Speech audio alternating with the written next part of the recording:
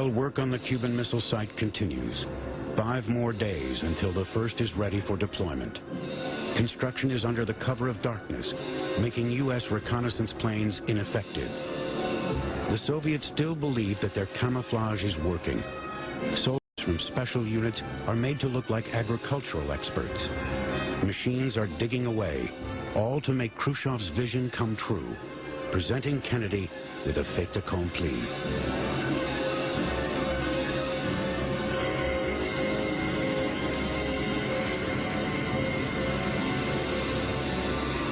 From these launch pads, 36 nuclear missiles, with a total explosive force of 2,400 Hiroshima bombs, target the U.S. On the surface, it's business as usual. President Kennedy campaigns for Democrats. Congressional elections are less than a month away. He stands before cheering crowds, appearing confident and assured. But the anxiety over Cuba is ever present. The task of helping candidates pales before his real mission of keeping the secret until he has a plan.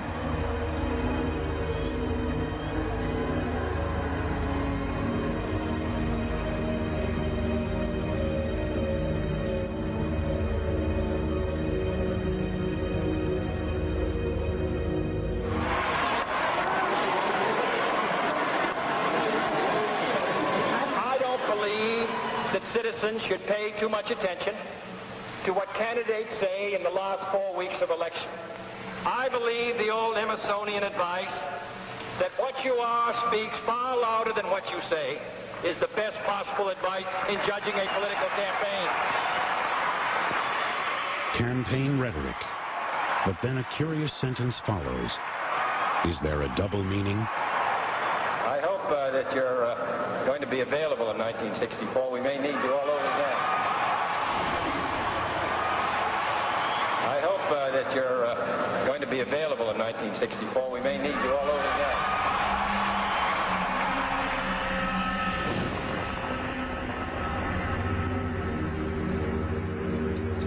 Although the election campaign is in full swing, reality is catching up with Kennedy. His executive committee is pressing for a decision, his decision.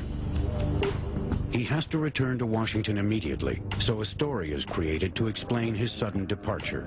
Last night in Chicago, the assistant White House physician, Dr. George Berkeley, noticed that the president's voice was very husky. This morning, when he examined the president, he found the president had developed a slight temperature and that he was suffering from a minor upper respiratory ailment. It's been suggested that national security affairs were possibly one of the reasons for the president returning. Is there any truth in this? The president returned because of his cold and because of the advice of his doctor.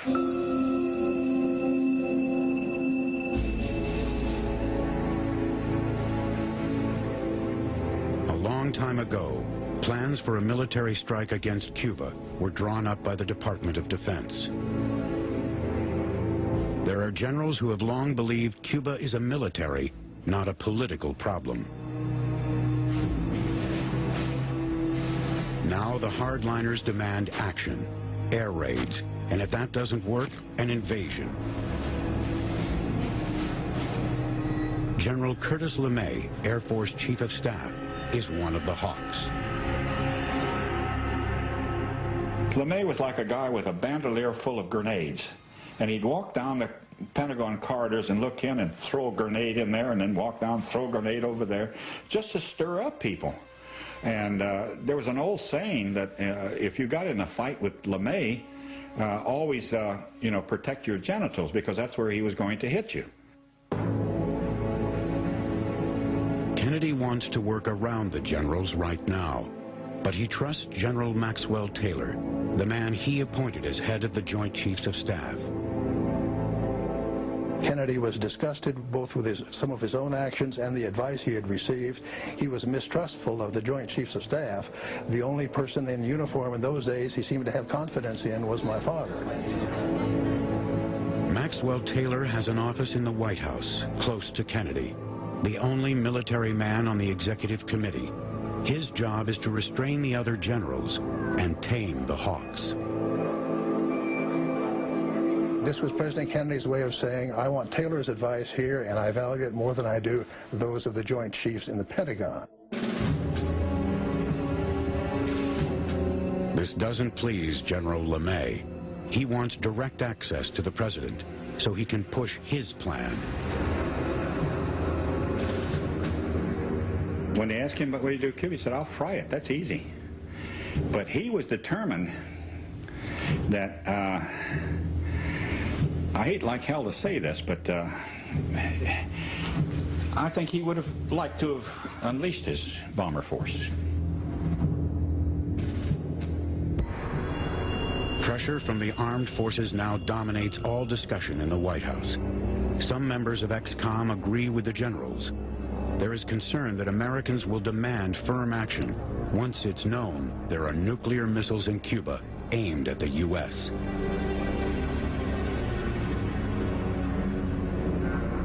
Kennedy and his brother want a resolution that avoids immediate armed conflict. They want disposal of the missiles without war. How can this be done?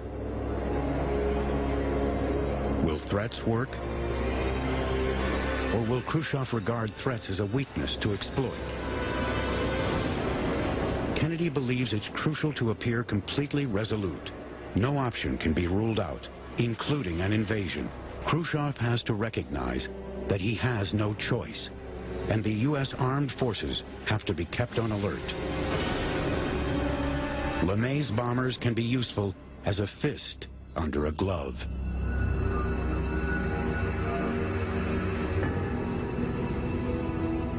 Within the executive committee, one idea is gaining popularity. It's an unusual scheme, using U.S. ships in a blockade of Cuba.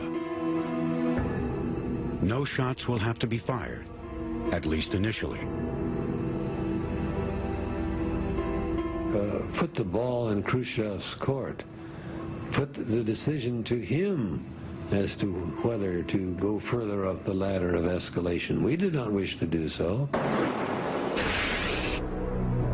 We did not want to drive him into a corner where his only choice was humiliation or escalation. Hundreds of U.S. Navy vessels can form a ring around the island, preventing Khrushchev's ships from reaching Cuba. It can be a first step, but will it be enough? A blockade, even if, as it would be expected, it would be fully effective in stopping any introduction of new weapons, it wouldn't itself alone do anything about getting rid of the weapons that were already in Cuba. The U.S. armed forces have to prepare for all military options against Cuba, as the quarantine could fail. 250,000 men, hundreds of tanks, more than 1,000 aircraft are readied. Florida is put in a state of emergency, although it's officially labeled a practice maneuver. How long can all this be kept a secret from the public? It was an armed camp. It was absolutely bristling with everything we had, and I was confident that if we did make the decision to invade Cuba, that we could do so successfully. In Key West, people guess that all this activity has something to do with Cuba, with intimidating Castro. Many are Cuban exiles who long for the overthrow of the regime. Something is in the air, and a few journalists become suspicious. One of the major newspapers of the country indicated that they had knowledge that we had photographs of missiles in Cuba, Soviet missiles in Cuba, and that they were planning to announce that. And the president then did something that was very unusual. He called the publisher and asked him not to publish that information. The publisher complies with the request. That's the only time that has happened in the 7 years I was secretary. But one reporter in Washington follows a lead. We went to a place in Georgetown in Washington called the Carriage House.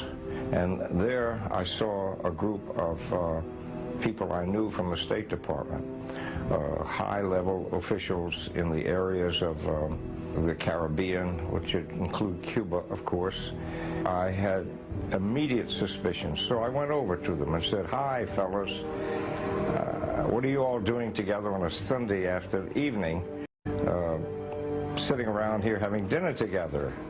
And they all turned green. They wouldn't tell me anything, but I went back home and I made a lot of phone calls around to people I knew and came to the conclusion that there were indeed offensive missiles, potentially nuclear, in Cuba by the Soviets. I called New York, talked to the desk at the New York Herald Tribune, my paper, and dictated a story.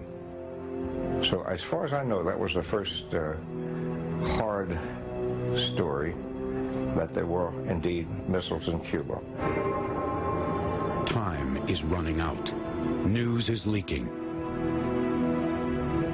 Kennedy has to make what will be the most important speech in his life.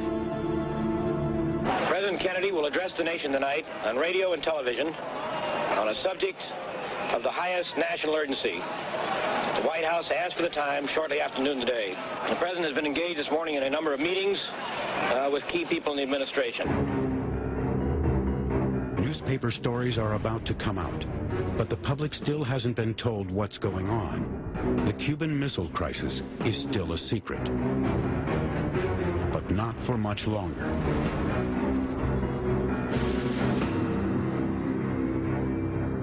The White House is besieged by the press. Reporters from the Soviet Union are also invited for the first time in years. They will experience the drama of this historic moment firsthand. From the desks of the correspondents, the tension is transmitted around the world, as is endless speculation. In Moscow, speculation is also rife. Khrushchev is alerted by the foreign ministry, and the leading figures in the Communist Party are quickly assembled.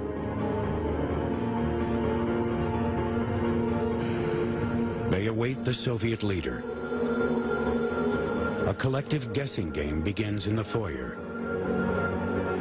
Have the missiles in Cuba been spotted? Has the whole thing been uncovered? Khrushchev is on his way to his headquarters, his mind occupied with many thoughts. Kennedy must know about the missiles, no doubt about it. How will Kennedy react? Should Khrushchev expect the worst? If the American president gives in to pressure from his armed forces and mounts an attack on Cuba, then an invasion of 250,000 American troops could be stopped with one atomic bomb. Then the Americans would be dead. Their ship sunk. What would Kennedy do then? He would deploy his own nuclear weapons. But then what? The United States is unaware that a short-range nuclear weapon is already in place on Cuba. Unlike the big bombs, these are tactical weapons designed for the battlefield. They're called Lunas. They can be used to eliminate thousands of attackers in one stroke. Could the Lunas trigger World War III? The Americans didn't know. They didn't know anything about those tactical nuclear weapons on Cuba. If they had attacked, I believe the commander of our forces there, General Pliev, would have used those weapons.